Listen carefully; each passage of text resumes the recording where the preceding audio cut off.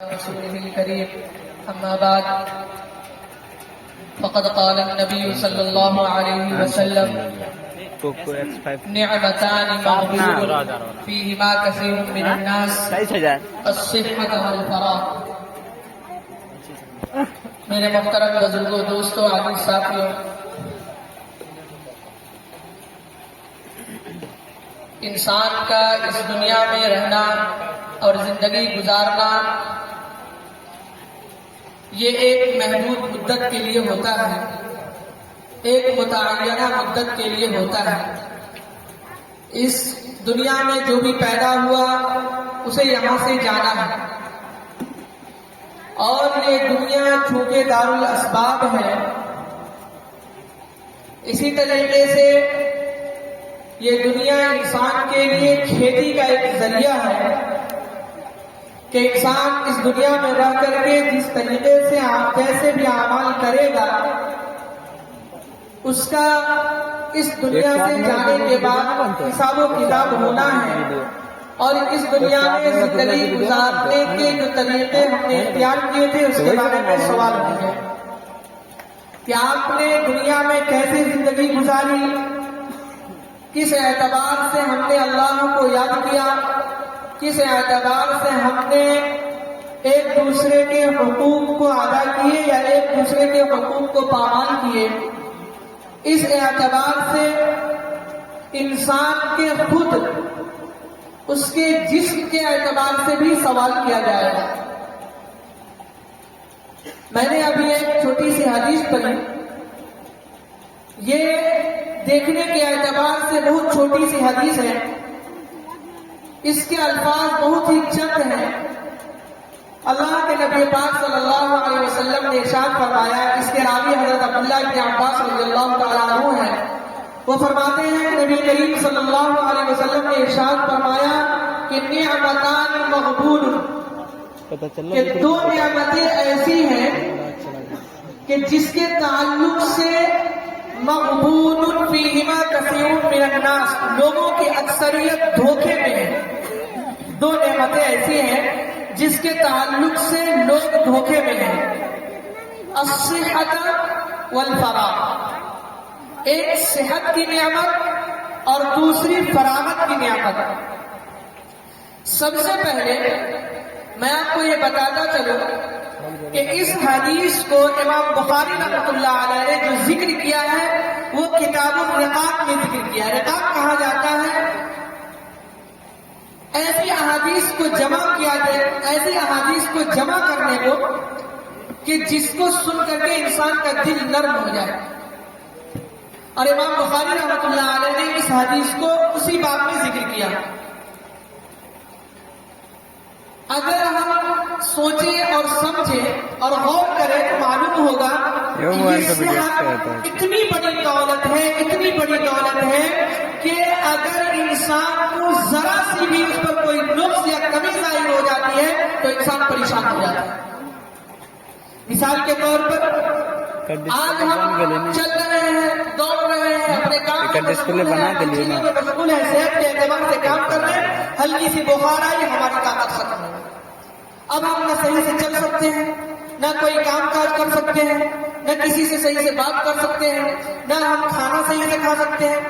یہ ہوئی ہماری صحت میں خلل پڑا، ہم ہر اعتبار سے پریشان ہو گئے. اسی لیے حدیث شریف کے اندر جو یہ ذکر کیا گیا کہ اس اعتبار سے یعنی صحت کو لے کر کے تمام کے تمام انسان قریب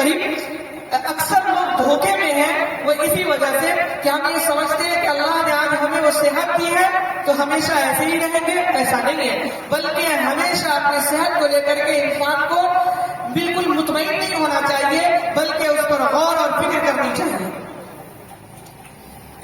ایک دوسری حدیث میں اللہ کے نبی پاک صلی اللہ علیہ وسلم نے ارشاد فرمایا کہ پانچ چیزوں سے پہلے غنیمت جانا. اس میں ایک یہ بھی ہے کہ فرصت کو مشغولیت سے پہلے غنیمت جانا. اسی طریقے سے جوانی کو بڑھاپے سے پہلے غنیمت جانا. کیونکہ بڑھاپا جب انسان کو حاصل ہوتا ہے اور جب بڑھاپا انسان کو آتا ہے تو انسان صحت کے اعتبار سے کمزور اور لاغر اور مجبور ہو جاتا ہے، وہاں پھر وہ دوسرے کا محتاج ہو جاتا ہے۔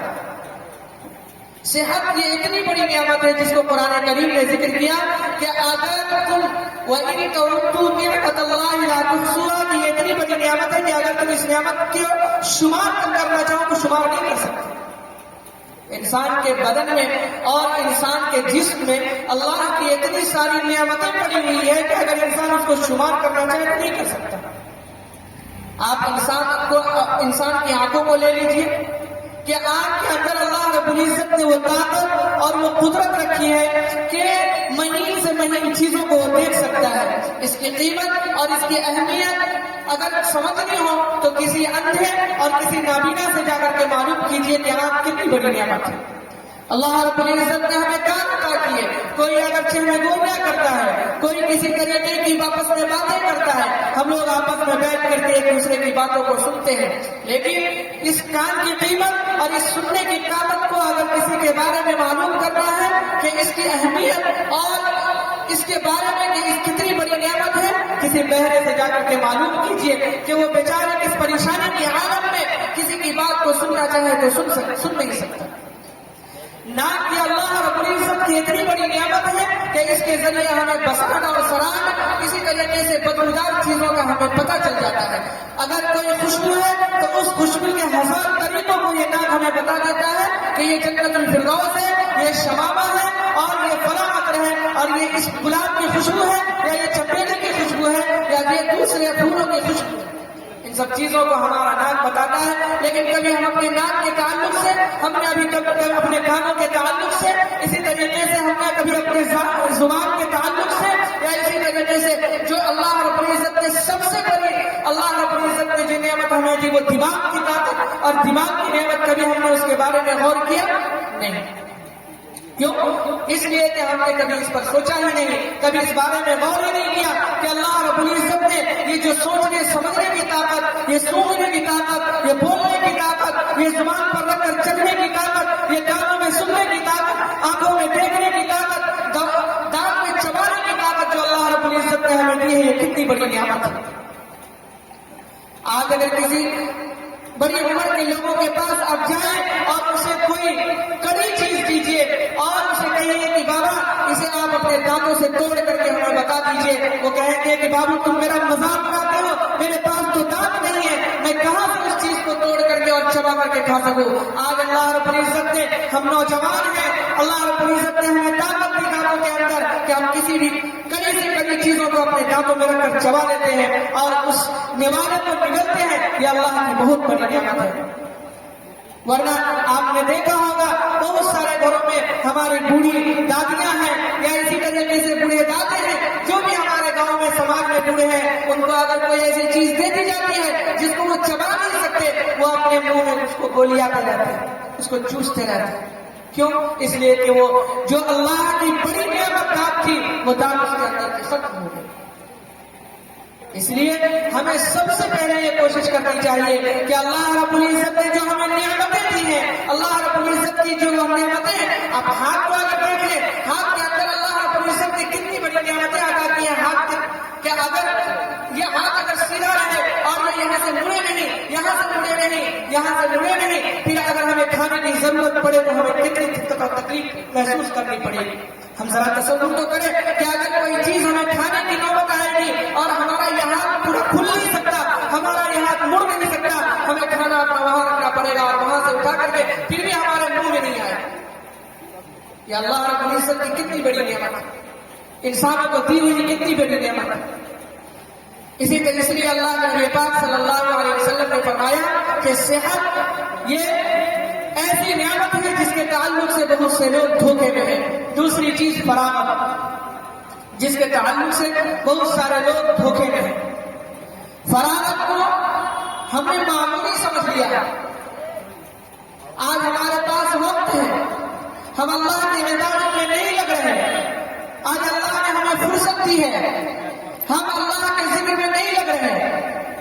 جبکہ زمانے کے اعتبار سے اگر دیکھا جائے تو زمانے کے اعتبار سے ہمارے پاس وقت کی فراغت نہیں ہوئی۔ وقت کی تنگی ہمارے لیے ختم ہوئی، لیکن پھر بھی چونکہ ہمارے پاس وقت نہیں ہے، اس کی سب سے بڑی وجہ یہ ہے کہ ہم نے اس وقت کی اہمیت اور قدر کو نہیں سمجھا۔ آپ اگر ذرا تصور کریں کہ ہمارے گھروں میں پہلے عورتیں اپنے ہاتھوں سے کپڑے دھوا کرتی تھی، اس کی جگہ واشنگ مشین آ گیا۔ پہلے ہماری عورتیں اپنے ہاتھوں سے مسالے پیسا کرتی تھی، اس کی جگہ اب مکسر مشین آ گیا۔ اسی طریقے سے ہماری عورتیں پہلے جاننے میں اپنی چیزوں کو پیسا کرتی تھی، اس کے لیے اب بنا بنایا آٹا آپ کو مل گیا۔ پھر یہ وقت کہاں گیا؟ آخر وقت تو بچنی چاہیے تھی، لیکن یہ وقت غیر ہو گیا کہاں؟ اس سے معلوم یہ ہوا کہ وقت تو ہمارے پاس ہے، لیکن اس وقت کو ہم صحیح استعمال نہیں کرنا چاہتے۔ قرآن کریم کی ایک سورت کو اگر آپ دیکھیں تو آپ کو معلوم ہوگا اللہ رب العزت نے کتنی بڑی بات اس کے اندر فرمائی کہ زمانے کی قسم کھائی ہے، والعصر، قسم ہے زمانے کی، ان الانسان لفی خسر، کہ تمام لوگ خسارے میں ہیں۔ اس وقت کی اہمیت کو اور اس وقت کی نزاکت کو اگر ہم نے نہیں سمجھا اور اس پر عمل نہیں کیا تو یقین جانیے پھر ایک وقت آئے گا کہ ہم عمل بھی نہیں کر سکتے، ہم نماز کے لیے ترس جائیں گے، ہم سجدے کے لیے ترس جائیں گے، ہم رکوع کے لیے ترس جائیں گے، ہم اللہ کی کسی عبادت کے لیے چل کر جانے کے لیے ترس جائیں گے، کیونکہ ہمارے پاس نہ پیروں میں وہ طاقت ہے، نہ ہمارے ہاتھوں میں وہ طاقت ہے، نہ ہمارے کمر میں وہ طاقت ہے کہ ہم جھک سکے، نہ ہمارے پیروں میں وہ طاقت ہوگی کہ ہم بیٹھ سکے۔ اس لیے میرے بھائیوں، میرے دوستوں، اس وقت جو اللہ رب العزت نے ہمیں وہ طاقت اور وہ صحت اور وہ وقت دیا ہے، اس کی ہمیں قدر کرنے کی ضرورت ہے۔ اگر ہم نے اس وقت کی قدر نہیں کی اور بڑھاپے میں ہمیں خون کے آنسو رونا پڑے گا۔ اس لیے سب سے زیادہ ضروری یہ ہے کہ ہم کل پچھتانے سے بہتر ہے کہ آج ہم ان تمام اعمال کو کرتے ہوئے چلے، تاکہ ایک ایسا وقت آ جائے کہ جہاں ہمارے پاس فراغت نہ ہو، ہمارے پاس مشغولی ہی مشغولی ہو، پھر ہم فراغت کے لیے ترستے رہ جائیں۔ آج ہر انسان کے پاس فراغت ہے، ہر انسان فارغ ہے قریب قریب۔ پہلے کے مقابلے میں اگر دیکھا جائے، آپ اگر یہ سمجھتے ہیں، یہ سوچتے ہیں کہ نہیں مشغولی اب بڑھ گئی ہے، تو میں آپ کو کئی مثالیں دے سکتا ہوں۔ آپ ذرا تصور کیجئے، چونکہ یہاں پر بیٹھنے والے زیادہ تر کسان لوگ ہیں، آپ ذرا تصور کریں، آپ ذرا سوچیں کہ پہلے اگر آپ کو کوئی دانہ اگر گاہنا ہوتا تھا، اس کی دونی کرنی ہوتی تھی تو کتنی پریشانیاں آپ کو اٹھانی پڑتی تھی اور کتنا وقت درکار ہوتا تھا۔ ذرا تصور کیجئے کہ آپ رات میں اس بیل کو لاتے تھے اور اس کو کھوٹے سے باندھ کر کے 6 گھنٹہ 7 گھنٹہ آپ نے جو کھیت سے دانا اٹھایا ہے اس پر چلاتے تھے اس کو گاہنے کے لیے، پھر اس پودوں اس کی جو ڈنڈیاں ٹوٹی ہوتی تھی اور اس کو اٹھانے کے بعد پھر اس کو جھاڑنے میں مکمل 1 دن لگ جایا کرتا تھا، اور آج تو ہمارا وہ کام آسانی سے 2 سے 3 گھنٹے میں ہو جاتے ہیں۔ پھر یہ 7 یا 8 گھنٹہ کا وقت ہمارا بچا وہ کہاں گیا؟ وہ وقت جو 7 گھنٹہ یا 8 گھنٹہ کا ہمارا وقت بچا وہ کہاں گیا؟ ہمیں تو فراغت مل رہی ہے کیونکہ ہمارے لیے آسانیاں پیدا ہو رہی ہے۔ بس سب سے بڑی وجہ یہی ہے کہ ہمارے لیے آسانیاں تو پیدا ہو گئی، لیکن ہم نے جو وقت ہمارے لیے جو وقت فارغ ہوا تھا اس وقت کو ہم نے بیجا اسراف میں یا اسی طریقے سے ہم نے لہو و لعب میں، فضول میں ہم نے اس وقت کو خرچ کرنا شروع کر دیا۔ ہم نے وقت کی قدر نہ کرتے ہوئے ان تمام اوقات کو لہو و لعب میں اور ایسی چیزوں میں خرچ کی جس سے نہ دنیا کا فائدہ اور نہ آخرت کا فائدہ ہو۔ اس لیے ہر انسان کو اپنے صحت کے تعلق سے خیال ضرور کرنی چاہیے۔ احادیث شریف میں کئی جگہوں پر اور آپ صلی اللہ علیہ وسلم کی حدیث کو آپ دیکھیں گے تو معلوم ہوگا کہ کتاب الطب کے نام سے مکمل ایک ابواب قائم کیا گیا کہ جس میں اللہ کے نبی پاک صلی اللہ علیہ وسلم نے ڈاکٹری کے اعتبار سے، صحت کا خیال رکھنے کے اعتبار سے اپنے صحابہ کو اور پوری امت مسلمہ کو تلقین کیا اور بتایا کہ آپ کیسے زندگی گزاریں اور کس طریقے سے آپ زندگی گزاریں گے تو آپ کی صحت تندرست رہے گی۔ جیسے اس کی ایک مثال میں آپ کو دیتا ہوں، اللہ کے نبی پاک صلی اللہ علیہ وسلم کی ایک حدیث ہے کہ انسان کو یہ چاہیے کہ 3 حص اپنے جسم کا، یعنی کھانے کے وقت میں 3 حص کرے، 1 حص میں کھانا کھائے اور 1 حص پانی کے لیے چھوڑے اور 1 حص سانس کے لیے چھوڑے۔ یہ بیماری سے بچانے کا بہت ہی آسان ذریعہ اللہ کے نبی پاک صلی اللہ علیہ وسلم نے بتا دیا۔ اگر ہم اس پر عمل کریں، کیونکہ اللہ کے نبی پاک صلی اللہ علیہ وسلم کی ایک دوسری حدیث ہے جس میں یہ ذکر ہے کہ یہ معدہ یہ تالاب ہے اور اس سے نکلنے والی جو رگیں ہیں وہ گویا کہ اس بات کی مانند ہے کہ اس سے اس تالاب سے پانیاں نکل رہی ہو، گویا کہ یہ معدہ ایک تالاب ہے اور رگیں اس تالاب میں بننے والی جو چیزیں ہوتی ہیں اس کو رگوں میں پھیرتی ہے اور رگوں میں پھیلاتی ہے. اگر ہمارا یہ معدہ خراب ہے تو اس رگوں کے ذریعے سے خون ہمارے جسم میں خراب ہو جائے گا. اور اگر ہمارا معدہ صحیح ہے تو یہ ساری بیماریوں کی جڑ معدہ ہے. یہ صحت اس لیے بتا رہا ہوں کہ اللہ کے نبی پاک صلی اللہ علیہ وسلم نے صحت پر مکمل طور پر زور دیا. بیٹھ کر پانی پینے کا حکم دیا صرف صحت کا خیال کرتے ہوئے. اسی طریقے سے کس طریقے سے ہمیں کھانا تناول کرنا چاہیے اس کے تعلق سے اللہ کے نبی پاک صلی اللہ علیہ وسلم نے ہمیں تلقین کی تاکہ ہماری صحت تندرست ہو. اور وقت کی فراغت یہ ایک ایسی چیز ہے کہ اگر انسان وقت کو چاہے تو بہت اچھے طریقے سے استعمال کر سکتا ہے. آپ اپنے کاموں میں دنیاوی کام میں مشغول ہیں, مشغولی سے فارغ ہوئے اس وقت میں اللہ کو یاد کرتے رہیں. ضروری نہیں کہ آپ کہیں بیٹھ کر کے وضو کرتے ہی اللہ کو یاد کریں. بہت سارے اعمال ایسے ہیں جو بغیر وضو کے بھی کیے جا سکتے ہیں. آپ بیٹھے ہوئے ہیں تسبیح پڑھتے رہیں, لیکن ہمارا حال یہ ہے کہ جب ہم 2 آدمی یا 3 آدمی یا 4 آدمی آپس میں بیٹھتے ہیں تو اللہ کا ذکر ہوتا ہی نہیں, اللہ کی یاد ہوتی ہی نہیں, اللہ کو یاد کوئی کرتا ہی نہیں, بلکہ وہ دنیاوی باتوں میں یا ایسے لغو و لعب میں, ایسی باتوں میں اور ایسی چیزوں میں ملوث ہو جاتا ہے جس سے نہ انسان کا کسی بھی طریقے کا فائدہ, نہ دوسروں کا فائدہ, نہ دنیا کا فائدہ اور نہ آخرت کا فائدہ. تو کم از کم ہمیں یہ تو یہ چاہیے کہ جب ہم فارغ ہوئے ہیں کسی کام سے اور اللہ نے ابھی یہ فرصت ہمیں عطا کی ہے تو اس وقت میں ہم اللہ کو یاد کریں. اللہ کو یاد کرنے کے ساتھ ساتھ ہم یہ کوشش کریں کہ ہماری ذات سے دوسروں کا فائدہ ہماری ذات سے دوسروں کو فائدہ پہنچتا رہے. میرے بھائیوں میں نے جو یہ 2 نعمتیں جو گنوائی, یہ 2 نعمتیں ایسی نعمت ہے کہ اگر انسان اس کے بارے میں اس دھوکے سے ہٹ جائے اور اس کو مکمل طور پر سمجھ جائے کہ نہیں یہ واقعی اللہ تبارک و تعالیٰ کی طرف سے صحت بڑی نعمت ہے اور اس کی قدر کر لے تو انشاءاللہ ان کی زندگی میں انقلاب آ جائے گا. اور وقت کی فراغت کو اگر انسان سمجھ لے کہ آج میں فارغ ہوں, آج میں بیٹھا ہوا ہوں, کل کو اگر مشغول ہو جاؤں گا, کل کو کسی کام میں مشغول کر دیا جاؤں گا یا بیمار پڑ جاؤں گا تو کل پھر ہمارے پاس وہ وقت نہیں بچے گا, وہ وقت ہمیں نہیں ملے گا. اس لیے جو وقت بچا ہے اس میں ہمیں اللہ کو راضی کرنا ہے. جو وقت ہمیں بچا ہے اس پر ہمیں اللہ کو یاد کرنا ہے, اللہ کا ذکر کرنے ہیں. اسی طریقے سے اگر ہم کریں گے تو انشاءاللہ ہماری زندگی میں بھی انقلاب آئے گا. اب میں جو قرآن کریم کی وہ آیت پڑھی جس کے اندر اللہ رب العزت نے فرمایا کہ والعصر, قسم ہے زمانے کی, ان الانسان لفی خسر, کہ تمام کے تمام انسان خسارے میں ہیں, لیکن 4 قسم کے لوگ. یہ اسی کے تعلق سے کہ اگر انسان وقت کو صحیح استعمال کرے تو انشاءاللہ وہ اس خسارے سے بچ جائے گا جس میں اللہ تبارک و تعالیٰ نے فرمایا کہ ان الانسان لفی خسر, کہ یقیناً تمام کے تمام انسان خسارے میں ہیں الا الذین آمنوا, ہاں مگر وہ خسارے میں نہیں ہے جو ایمان لے آئے, جو اللہ کو ایک مان لیا, جو اللہ کو وحدہ لا شریک مان لیا, یا جو اللہ کی وحدانیت کا اقرار کر لیا, وہ خسارے میں نہیں ہے. الا الذین آمنوا, اس کے بعد ایمان لانے کے بعد پھر یہ نہیں کہ ہم ایمان لے آئے, ہم مسلمان ہو گئے, ہمارا کام ختم, بلکہ وعملوا الصالحات, اور نیک اعمال بھی کرتا رہے کہ وقت کو صحیح استعمال کرتے ہوئے وہ اللہ پر ایمان لا کر کے اور نیک اعمال بھی کرتا رہے, وہ خسارے میں نہیں ہے. الا الذین آمنوا وعملوا الصالحات وتواصوا بالحق, اور ایک دوسرے کو حق کی وصیت کرتا رہے, ایک دوسرے کو حق کی بات بتاتا رہے, ایک دوسرے کو حق کی تلقین کرتا رہے, ایک دوسرے کو یہ بتاتا رہے کہ بھائی یہ حق ہے اور یہ ناحق ہے, یہ اللہ کا راستہ ہے اور یہ اللہ سے بھٹک جانے والا راستہ ہے, اس بات کی تلقین کرتا رہے. اور وتواصوا بالصبر, اور صبر کی وصیت کرتا رہے کہ اگر کوئی پریشانی کسی پر آئی ہے, کوئی پریشانی اگر کسی کو پہنچتی ہے تو اس پر ہمیں صبر کرنا ہے. اگر ہم نے کسی پریشانی, کسی مصیبت پر ہم نے اگر صبر کی وصیت کی اور اس کو صبر آ گیا, وہ بھی اس خسارے سے بچ جائے گا. اسی لیے میں زیادہ نہ کہتے ہوئے بس سب سے پہلی بات یہی کہوں گا کہ اپنے صحت کے تعلق سے ہر آدمی اس بات کا تہیہ کرے کہ ہمیں ہمیشہ اپنی صحت کا خیال کرنا ہے, اور صحت کے رہتے ہوئے, صحت کی موجودگی میں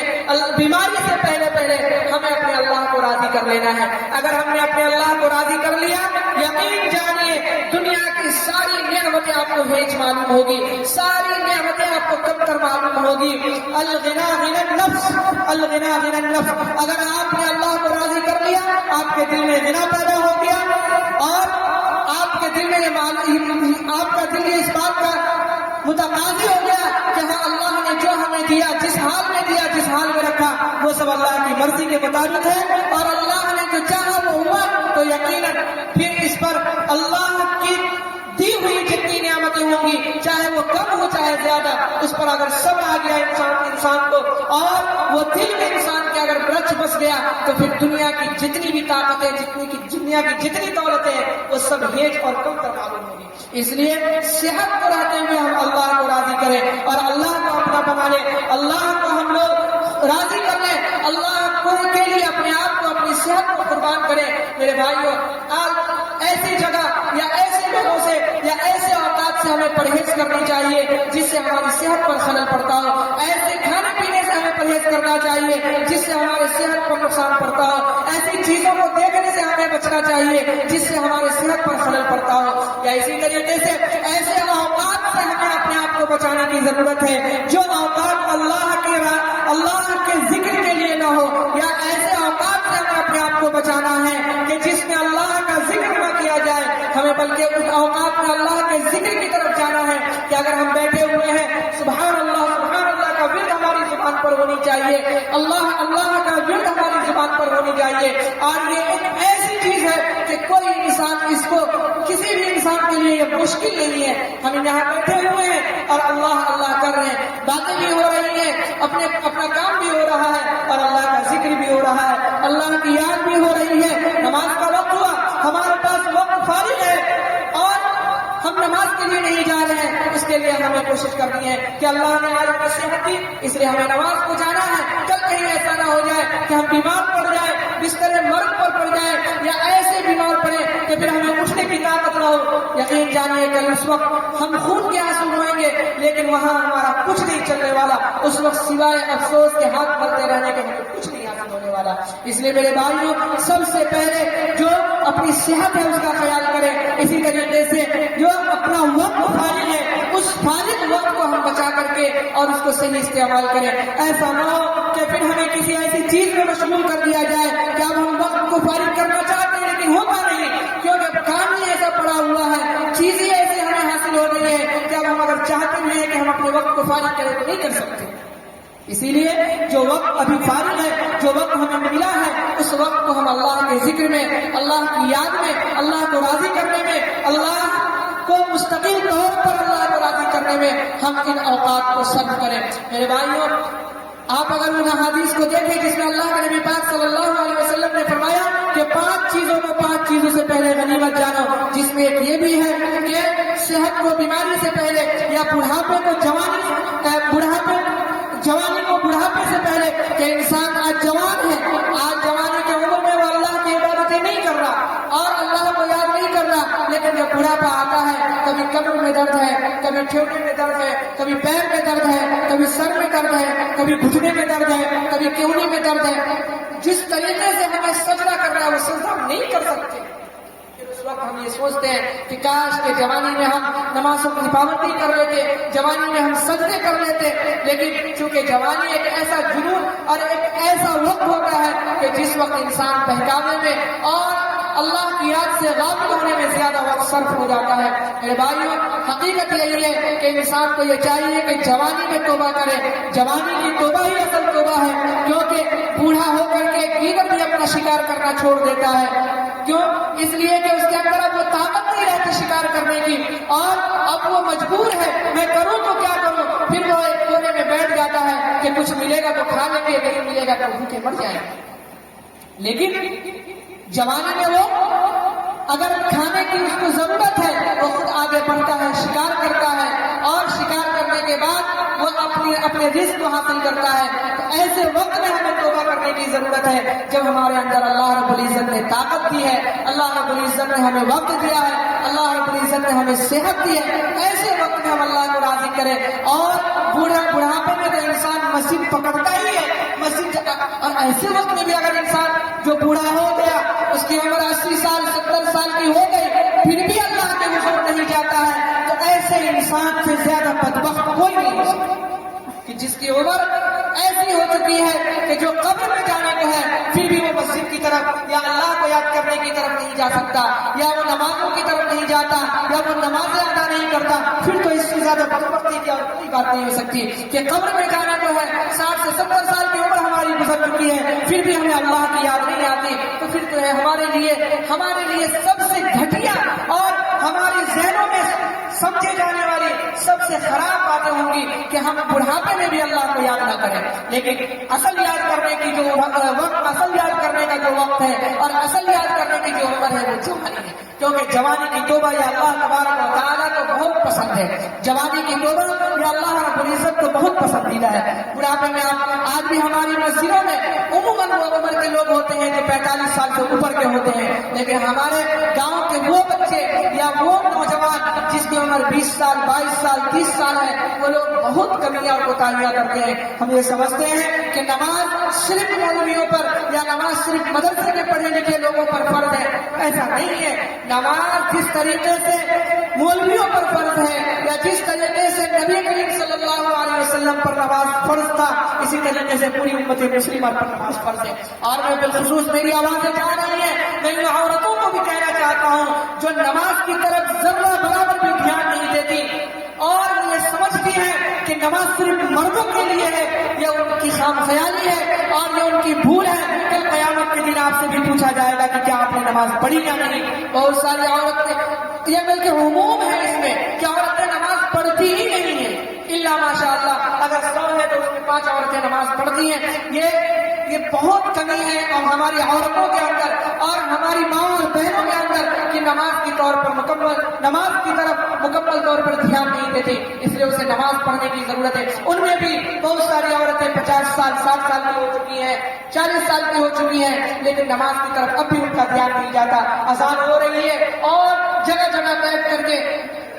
وہ اپنے اوقات کو بیجا صرف کر رہی ہیں، اپنے اوقات کو بیجا ختم کر رہی ہیں اور وقت ہمارا یوں ہی گزر رہا ہے۔ میرے بھائیو، اگر کوئی برف، یہ زندگی ایسے گزر رہی ہے جیسے کہ برف کا ڈھیلا کہ اگر اس کو آپ رکھ دیں تو وہ آپ سے پوچھ کر کے نہیں پگھلے گا کہ میں پگھلوں یا نہیں پگھلوں، بلکہ اس کو پگھلنا ہے وہ پگھل جائے گا۔ اسی طریقے سے وقت کا حال ہے کہ وقت یہ پوچھ کر کے آپ سے نہیں گزرے گا کہ کیا میں گزروں یا نہیں گزروں، بلکہ وقت کو گزرنا ہے وہ گزر جائے گا، چاہے آپ اس وقت کو استعمال کریں یا نہ کریں۔ جس طریقے سے اس برف کا آپ استعمال کریں یا نہ کریں، وہ برف کو پگھلنا ہے، اس کو ہوا میں حلول کرنے کے بعد اس کو پانی ہونا ہے۔ اسی طریقے سے یہ وقت گزر جانے کے بعد اور وقت کو ہم چاہتے ہوئے بھی چاہیں کہ ہم روک سکیں تو نہیں روک سکتا۔ اسی لیے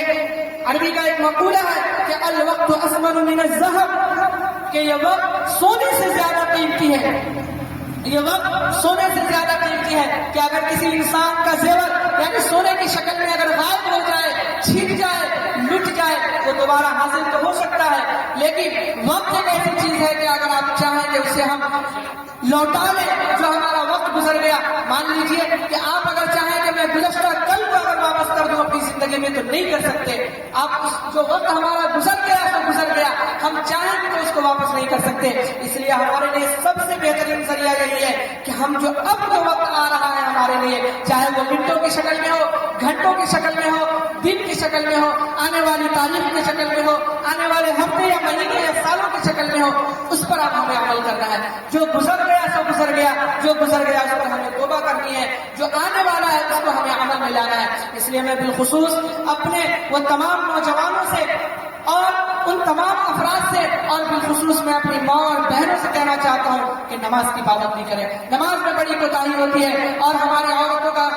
حال یہ ہے کہ اگر ان سے روزہ رکھوایا جائے تو پورے سال کا روزہ رکھنے کے لیے تیار ہو جائے، روزہ میں ان کو بڑا مزہ آتا ہے، لیکن نماز کے لیے ایک وقت کی نماز پڑھنے کے لیے تیار نہیں ہوتی ہیں۔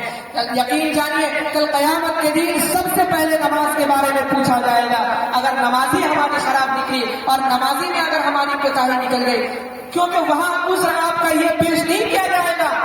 کہ آپ کے گود میں بچہ تھا، اس بچے نے آپ کے بدن پر پیشاب کیا، وہ عذر نہیں پیش کیا جائے گا۔ آپ کو احتیاط کے ساتھ بچے کو رکھنا ہے، اور اگر آپ کے بدن پر یا آپ کے کپڑے پر وہ بچہ پیشاب کرتا ہے آپ غسل کریں اور ایک کپڑا کم از کم ایک جگہ متعین کریں کہ اس کپڑے کو پہن کر کے ہمیں نماز ادا کرنی ہے۔ اور